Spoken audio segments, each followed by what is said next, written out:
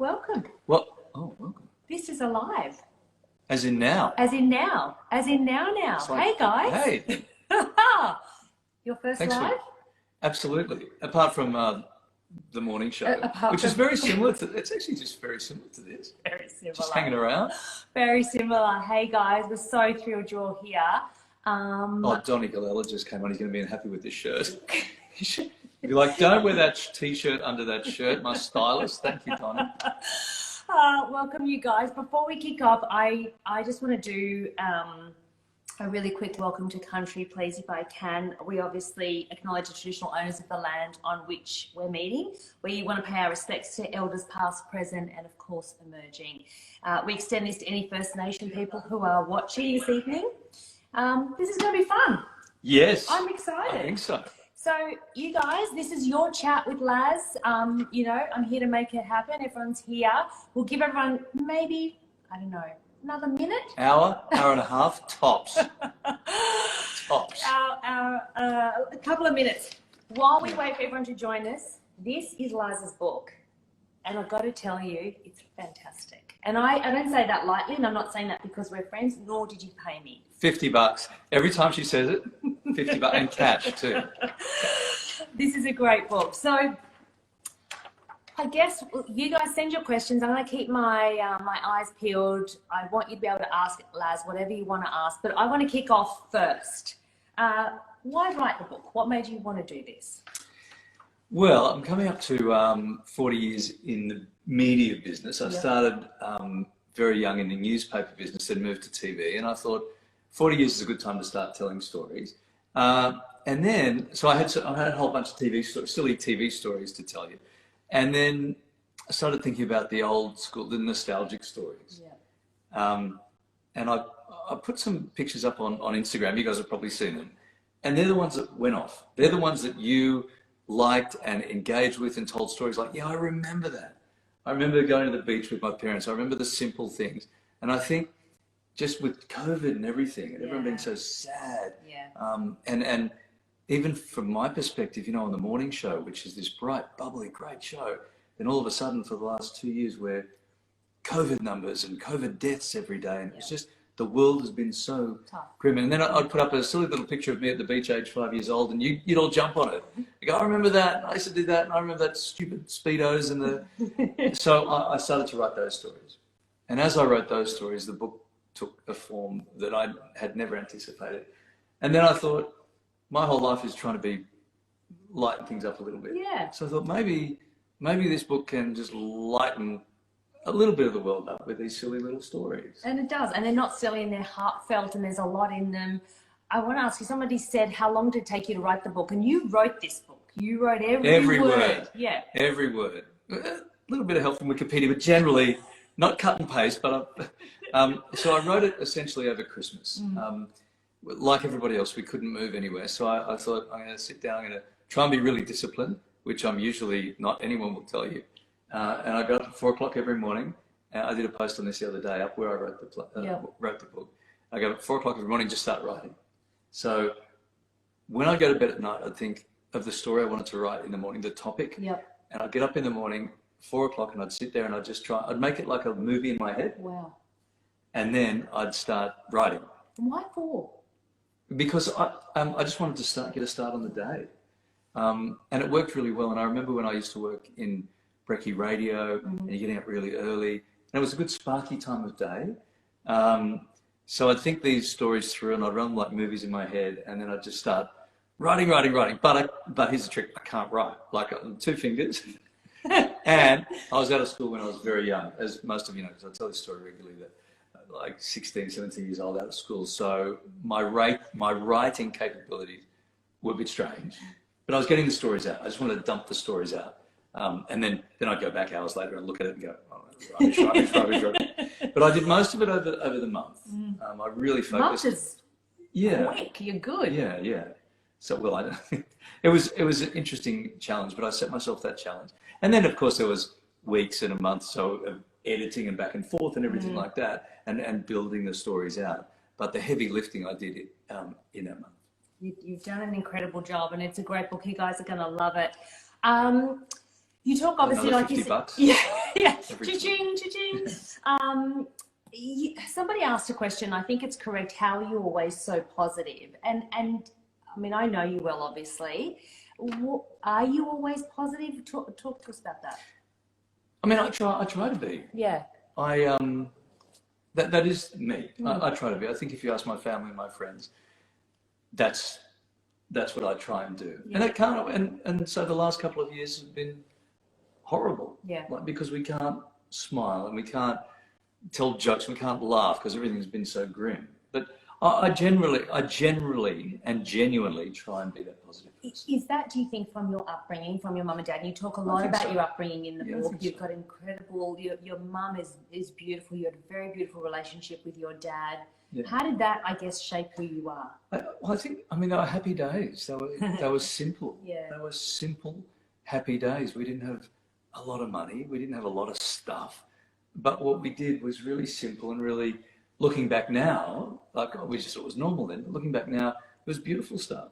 We'd go to the beach and we'd swim and we'd play and we'd build sandcastles and we'd have fish and chips. And I know that sounds weird, right? Given the alternatives we've all got now with all the streaming services and the iPhones, and no one looks up from their devices. And even now when you see families on the beach, you know, everyone's mum and dad on the device and the kids on the device. But I remember those times as being very happy. Simply happy, not complicated happy. Your relationship with your mum is something I've always loved. Talk to us about that. Well, mum, still to this day, is like the pillar of strength. Yeah. And mum, looking back now, probably as a kid, I maybe didn't appreciate it as much as I should have. Yeah. But looking back now as a parent and an adult, she was a Wonder Woman. Yeah. You know, that woman, my mum, Faye, who won't be watching because I don't think she understands. She's probably picked up the phone with the cable on it going, what? I can't see him in here. No, hopefully maybe one of my sisters is there watching. But she was just always very sweet and very giving. And what I didn't understand, it wasn't until I wrote this book and I went, Mum knew everything. Mum knew how to teach me about the karate stuff and how to teach the girls about sewing or physical culture or whatever the girls were doing. Nikki went on to study university psychology. Mum was helpful with that. Martine's art, Mum would help with that. And whether she was helpful or not, but she always just was part of everything. Yeah. As she is to this day with her grandchildren and great-grandchildren. She's such a special part of my life. And I think that comes out in the book too. And in the book there's something that I really enjoyed writing, which is about Mum's famous chicken soup. Yeah.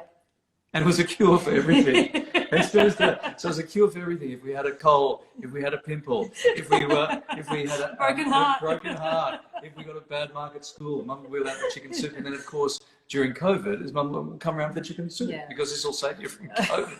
And it's one of my favourite chapters. She's a beautiful woman. Were there any bits in the book that were tough for you to write? Yeah, lots. My dad passed away. He was my best mate. He was my mentor in life. And as with Mum's story, I didn't realise until I sat down to write about Dad how important he was in my life. I always knew he was important and my best friend and all that stuff. But when I started to put the words down and I was, as I said, running the film in my head, it was there are 2 chapters specifically about Dad in there. One is about this watch. You'll have to read the book, but this is a magical watch. And I would have to keep walking away from that. Yeah. And over the period of that month that I was talking about writing, so I'd write a bit, and I'd walk away, I'd cry, I'd walk away, and Sylvia'd be like, "You're right." I'm like, "Yeah, and I'd come back and I'd write a silly story about Price is Right contestants. And I'd start the Dad thing again, and I'd have to walk away from it again, choke up. Yeah. And then I didn't know, because I'm not a writer, I'm not an author, and I haven't done this before, I didn't know what you would want.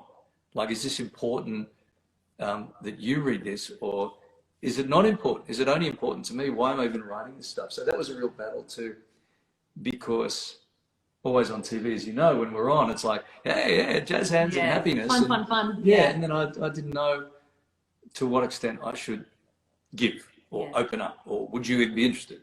So But I wrote it, and then I thought, this is for this is for my kids, and this is for my mum, and you know, a tribute for that. So I hope you like it. There's some nice stories in there, but you're new to Alive, so you won't know this, but see all these love hearts up here on the side, and you don't have your glasses on either, so you also can't see. I can't even see my glasses without my glasses. So you guys, which having done a few lives, I know I really appreciate. So all these love hearts on the side, as you tell this particular story, this is, just so you know, this is resonating with everybody, and they're giving you all this love, because it actually is. And let me tell you, there are parts in this book, and Lazzy is a really positive, fun, happy person, and he's everything you think he will be. But there are parts, and you choke up, and it in a way, I think we were talking about this just before we came on, it reminds you of, you know, I guess, to have perspective in life, which you always do, you know, even through tricky times and hard times, you've always got perspective. Yeah. And you have to, and you know this too, in our business particularly. I've got friends who probably aren't watching, they're probably watching maths or something. But I got friends who, you know, who started careers when we left school, and their trajectory was plainly set out that they would start at this level of business, then go to this, and then go to this, and at 65 retire. Like you and I, people in our business, and it's difficult to understand, but I've had TV contracts that go for 2 weeks.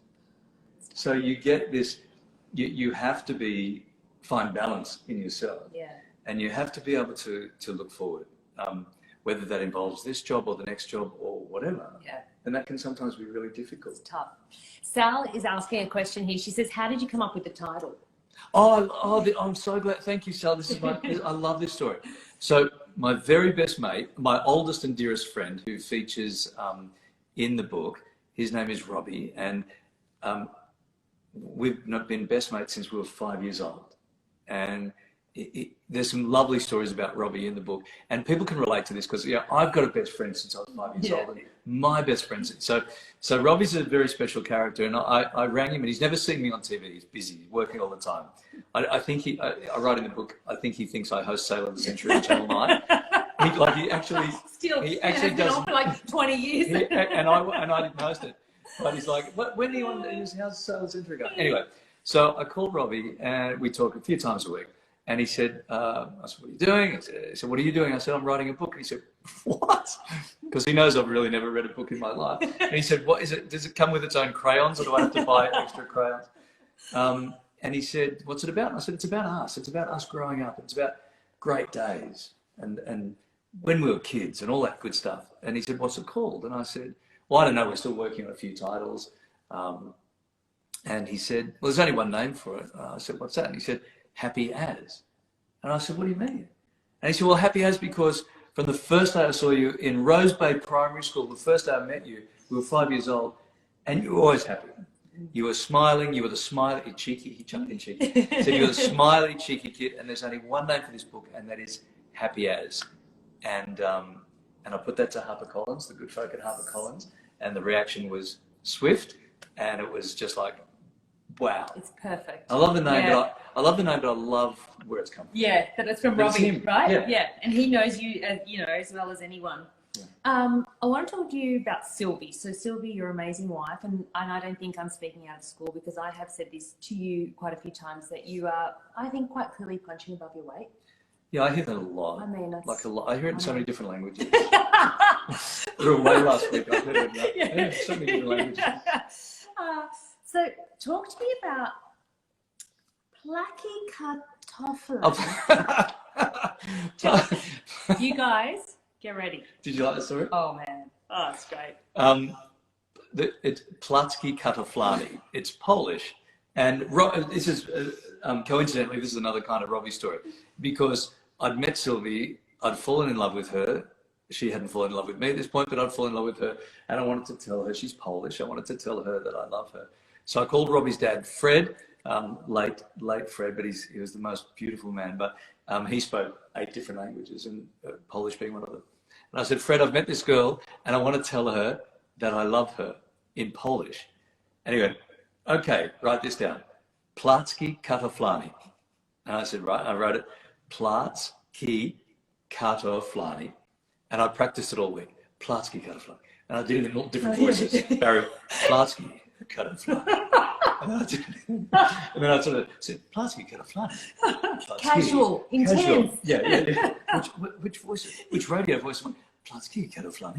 And I did it, and I practiced in the mirror like, Platsky, cut it flat. Anyway, so I get to this beautiful restaurant, and I was ready to tell Sylvie that I loved her.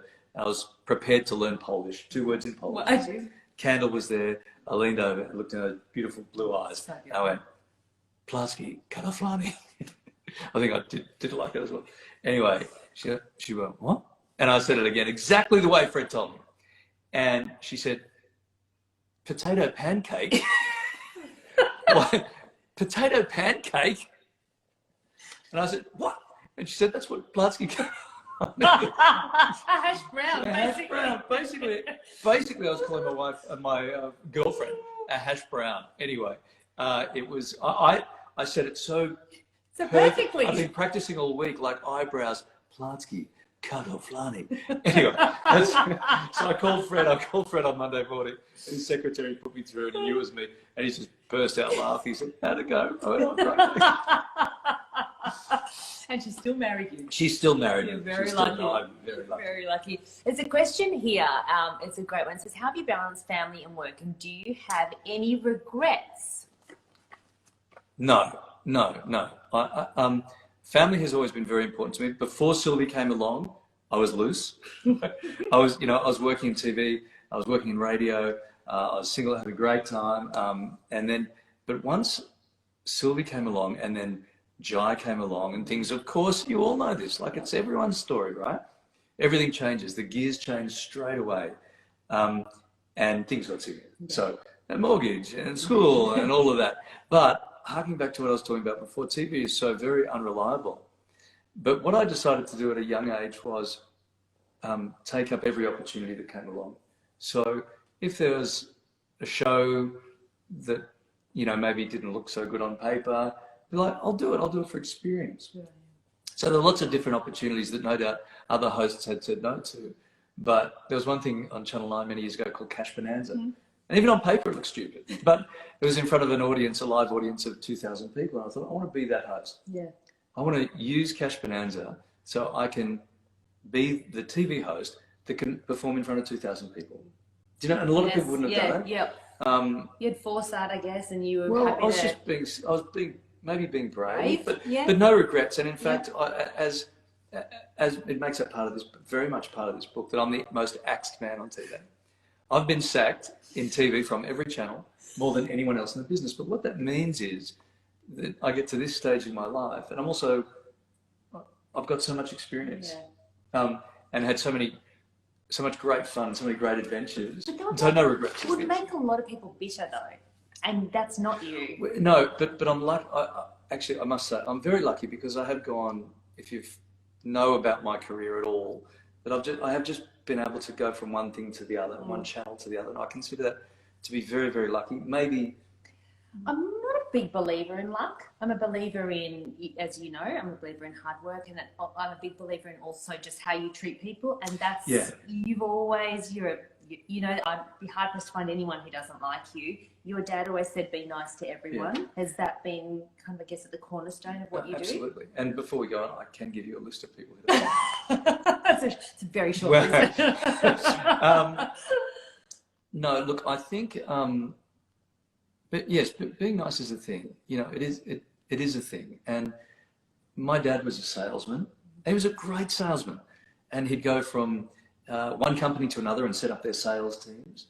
And he was an executive at that. He was very, very good at that. But in the sales process, nothing happens if you're not nice. Yeah. Nothing. Yeah. There's no part of any transaction that can move forward if there's just not an essence of the relationship, rapport. And because that's where things fall over, that's in sales particularly. So when I went to Dad for, I don't know if it was careers advice, or I think it was probably one of my earliest days of work. And I said, what do I do? And he was a salesman, so I actually only knew one thing, which was be nice. Be nice. Yeah. Be a reasonable person, because people respond well to that. Yeah. And I've just taken that with me, and I think it's worked for me. And I think, you said hard work and being nice. We've got to take hard work out of the equation because that's never happened. Never happened. But I feel like it's. Don't believe him. I feel like being a reasonable person. Yeah. You know, particularly in our business, which can turn people into divas overnight. You know. Well, you know that when people say to me, you know, oh, Larry, like, what's he like? And I always Do they say it like that? yeah, in that voice, oh, Larry, what's he like? What's he kind of funny? They must have rung Fred's dad as well. Yeah. They must have rung Fred as well. And I say, you know, he has all the ingredients to be completely arrogant, and he could be and probably should be, but just isn't, you know. I can be. It's not too late. I can do it for the next. I can do it the next book. Yeah. Arrogant as is my next book.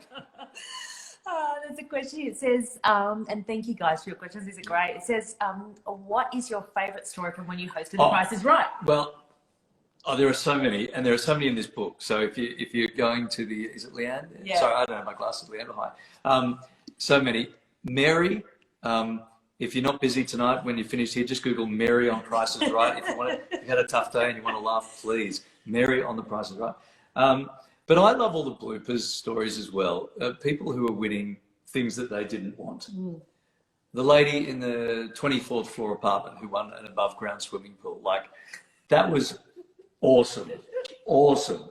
And people would always want the big prize, always want the jet skis and the holidays. And sometimes they'd win a terracotta bird bath and all that stuff. Sorry. And the great grandmother who won the Harley Davidson. So I love those stories. There's plenty of those in the book too. Plenty of those. Are you talking in the book about Jason Donovan? And there's so many great kind of celebrity books and celebrity stories and anecdotes in the book. So it's just it's excellent. Talk to me about Jason. Okay. This is great. I'm so glad Mum's not watching this one.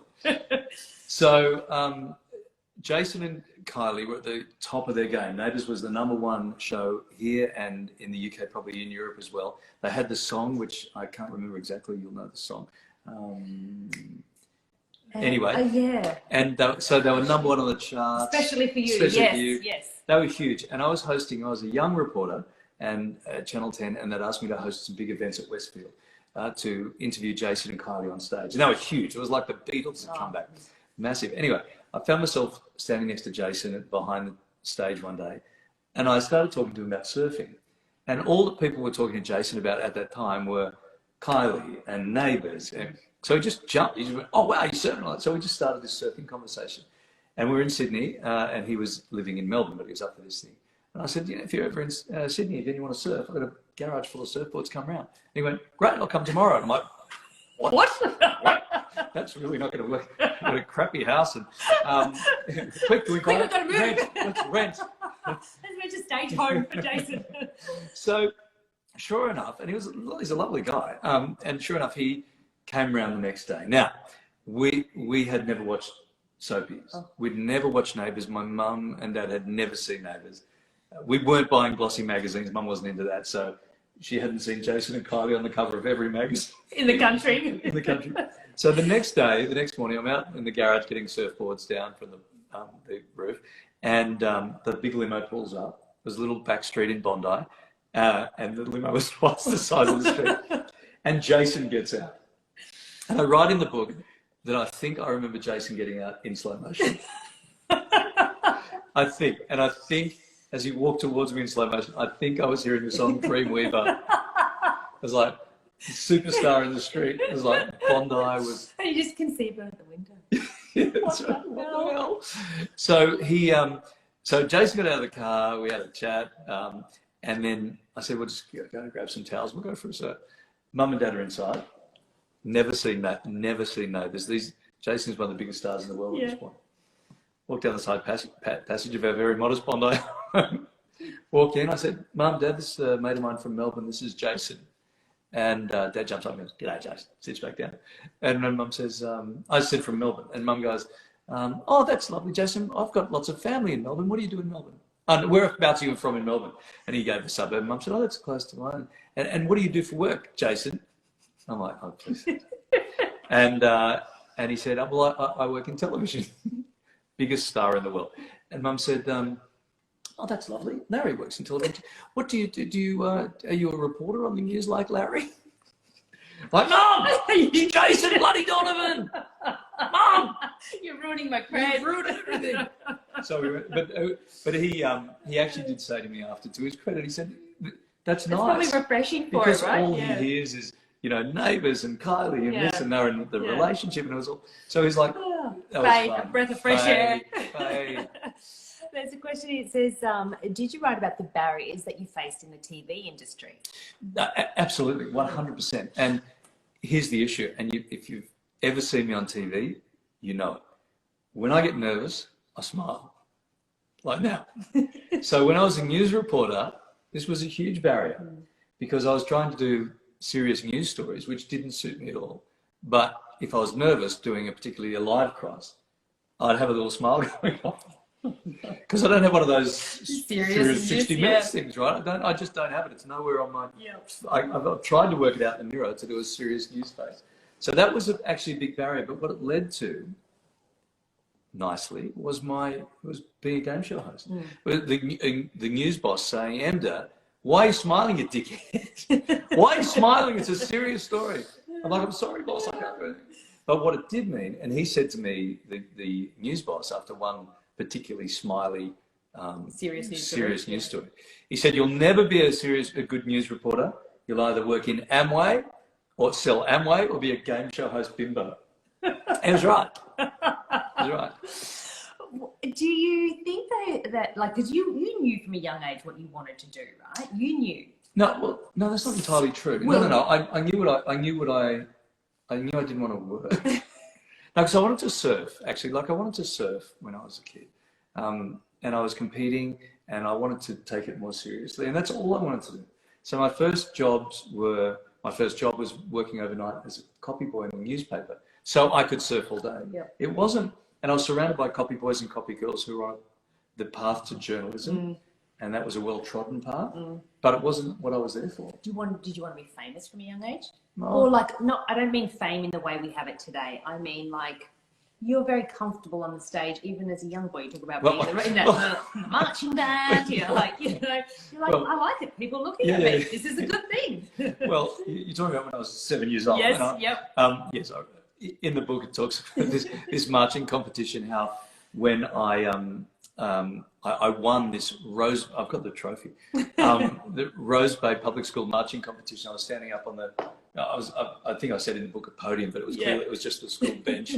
And I was looking down at all the losers who'd missed out had been tapped out of the marching because you were crap. Get out. And there I was. Yeah, love it. Like right where you should be. On top. Yeah. But the thing is this, that I was a terrible marcher. Like I was terrible on Dancing with the Stars, but I was a terrible marcher. But all the other boys were worse. So it's all that matters. It's all that matters. So I write in the book that I think I did Stephen Bradbury before Stephen Bradbury did Stephen Bradbury. I was just the last one standing. It's all that matters. You got the trophy to prove it. Yeah, that's it. There's a question here. It says, what are your favourite memories from co-hosting Morning Show with Kylie? Oh, wow. So many. And it's, and I wrote this, I wrote a little note for Kylie in her book the other day, just saying, the morning show has been such an important part of my life. And it's the longest job I've ever had. Some shows I've gone for 3 weeks. Yeah. So morning show now 15 years, and if you are a viewer of the morning show, thank you for being there with us for that whole time, or part thereof. But gosh, I mean, so many memories with Kylie. We've done so many fantastic things. We've travelled overseas with the show. We've interviewed some incredible people together, and that relationship is so special. Yeah, so special. That only comes with that amount of time. People call it it's a marriage. It's a TV marriage. Yeah. People call it a marriage, and it is that. Yeah. It is that. And we disagree on a lot of stuff, and I think that that's representative of a lot of relationships. Sylvia and I. Yeah. Sylvia's sitting over there going, I don't agree with that. But in a proper relationship, you don't agree all the time. You find a middle ground. You build rapport. The relationship moves on. So Kylie likes this. So in a normal marriage, he likes this. She likes that. She does it this way. He does it this way. And that's what our relationship is. So I treasure our relationship, and so many. I mean, it'd need another book, actually. All the morning show memories. It's so special. We're going to. I want to ask you guys. If you've got any kind of last-ish questions, please send them through. I want you to get a chance to ask Laz whatever you want to ask. What do you hope people will take away from the book? I'm hoping I can lighten things up a little bit. I just hope we can. I think everyone just needs maybe a laugh, but hopefully a smile, hopefully a reflection, hopefully people will read this and it will trigger memories for them. I know the story about the watch. If you get the book, go straight to the watch. The people who have seen the book so far go, oh yeah, my grandmother gave me that necklace, or my great uncle gave me this thing. And so everyone has a watch story. Everyone has a story about the family days at the beach or in the park. So I'm hoping that in the greyness and the murkiness of the last year or two, I'm hoping that this is the joy, a bit lighter, something a bit light and bright. And you guys will love it. When it $50. Ching, when this becomes a movie, who will play you? Oh look, I think there's only one. Well, it depends. The younger me, Grant Denyer. Yes. I think. The older you? Baby John Burgess. Or I don't know if it's just be a short movie, wouldn't it? Hemsworth? Oh yeah, look, yes, the Hemsworth father.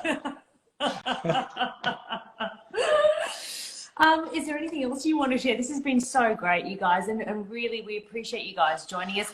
I guess, can you tell people this book is available tomorrow? You can get it tomorrow. Tomorrow is the day, and it's I'm anxious about it.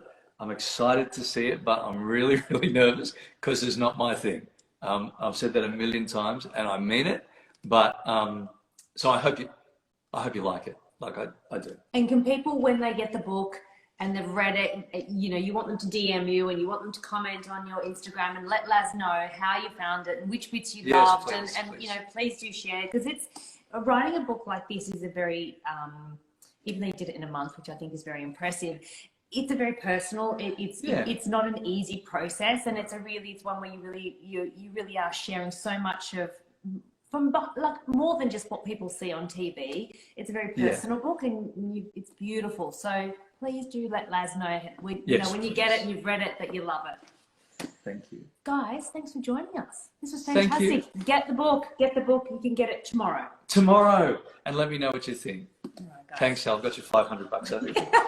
How many times did you mention it's a night well spent? I don't know, but more than I did for Carl Stefanovic, so that's all that matters. Thanks, guys. Thank you so much. Thanks, guys. Bye. Bye.